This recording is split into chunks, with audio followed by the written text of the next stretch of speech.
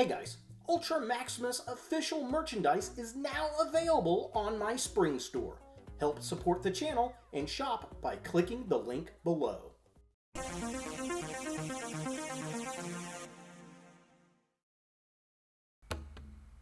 Hey guys, Ultra Maximus back with another comic book review.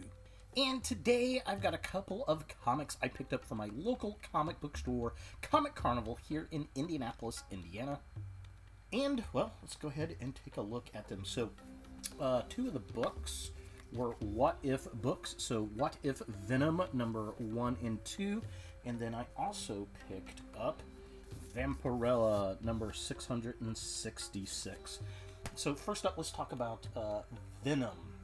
I love a good What If comic, and Venom was always a good choice. Now, I'm going to say I really did like these books. Nothing woke in them, which is a bit odd for Marvel these days, so I was very happy about that. The cover is a nice little hint of what's going on. So issue 1 is what if Venom took over Jennifer Walters, the She-Hulk, essentially. There's kind of this what if fractured glass from like the Disney Plus show. I like that, with like looks like Loki, Doctor Strange, Wolverine, She-Hulk, and Moon Knight, which is very cool. Essentially, in this book, Jennifer Walters intercepts Eddie Brock one night as he's about to become Venom, and then the symbiote bonds with her instead because of her powers. And the same kind of concept happened with her as with Peter. She would go to sleep at night, and Venom would take over and wear her out, essentially, and it ruins her job. She ends up homeless and jobless. And I think the comic kind of skipped that part a little too quickly. I would have liked to have seen more of her going downhill. But yeah, very cool. Sabretooth comes in, steals a bit of the symbiote from her in a fight, which is pretty cool. And then at the end of the comic, Cabby comes up and says, hey, I know a guy that can help with the voices in your head, and refers her to Moon Knight. And then at the very end of the comic here, Wolverine ends up showing up, which is very, very cool. Always fun to see Wolverine pop in. And yeah, so the second issue deals specifically with Wolverine.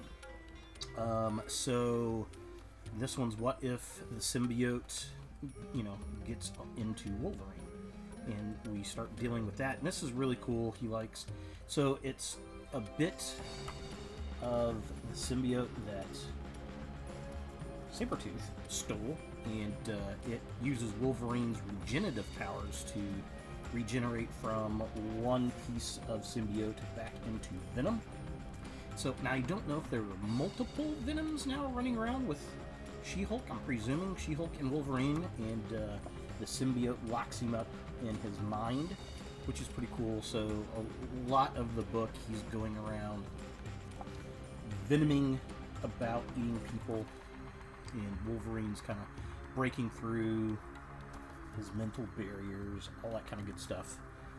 Very interesting little plot here. I like the look of these symbiotes. They make good Marvel Legends figures. But yeah, so Wolverine ends up, breaking free, per se, and yeah, he doesn't break loose from Venom, but takes control over his body again. And then at the end of the book, Doctor Strange shows up and finds the little piece that, or the, capsule that Sabretooth had used to get the piece. So I'm going to presume, now we've seen Wolverine, we see Doctor Strange show up at the end. I'm presuming all of these characters are going to get bonded with Venom, and maybe it'll tie it together.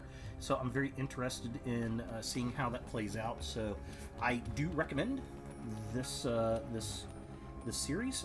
There's only 2 issues out at the moment, and again, really good. They're not woke. Well written. Art's pretty good. Yeah, I had a lot of fun with them, so highly recommend picking those up. And then the other book I picked up was Vampirella number 666. And to be honest, I really just got it because it was issue 666. I thought that was pretty novel. The artwork in this is really, really good. All through the book, it's a bunch of little mini segments, and it's all tying it together. She's having reoccurring nightmares, and she's getting killed in the nightmares by a blonde version of herself, which is interesting. If you don't know who Vampirella is, she's like a space vampire princess. The book's been around for like 50 years. She ends up having like a threesome with her friend and some witch in witch school, some guy, very weird. And then her mom is in the second one where she's fighting mermaids, which is interesting. And yeah, I mean, it's actually written very well. This one's definitely a weird book. She's having a shower with her mom. That's very odd. But I guess, you know, vampires, very sensual, very sexual. There's, I mean, lots of violence and sex in this book. Which, you know, it's a vampire story, so sure, why not?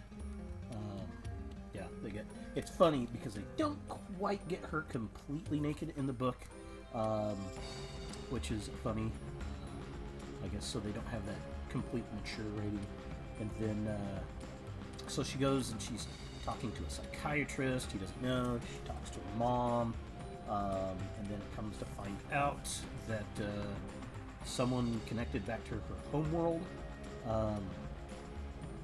is doing it. Somebody named Shane. I don't know the character. He looks like a cyborg slob in some other dimension. I don't know. Very, very odd. And then we've got a story that has no words. It's just a picture story, which is very cool. She saves a baby from some weird red ninja demon-looking Mumra people, and then she goes to a church priest and some nuns attack, and some nun offers her some blood so she doesn't attack the baby, and the baby gets saved, and it's a good day. And yeah, very interesting, very cool. Definitely dug it. It was a good story. Art's great. The cover is fantastic. No advertisements in it, so it's a very long read. It's probably about twice as long as the Venom books, but it was a good read. I had a good time with it as well, and yeah, it's, you know, the novelty of 666. I thought that was very funny for the vampire book. But yeah, definitely some good reads out there. Definitely my picks of the week. Very good stuff. Go check them out at your local comic book store. What have you guys been reading? Leave a comment down below. I would love to hear. Remember to hit that like button, subscribe to the channel. Every 1,000 subscribers, I'm going to give you, the fans, a chance to win a free action figure. And as always, look for more videos in the future. Hey guys, I want to give a shout out to my top subscribers and to my newest subscribers. Thank you all so much for helping grow the channel. Remember, for every 1,000 subscribers, I'll give you, the fans, a chance to win a free action figure. If you don't see your name and want to be included, like this video, add a comment down below telling me to add you, and of course, subscribe. Thanks again, and look for more videos in the future.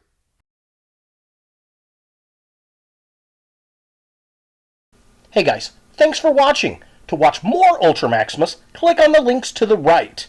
Be sure to click all the things, subscribe, like, and hit that notification bell for new videos, and follow me on all the social medias, Facebook, Instagram, and Twitter. Links in the description below.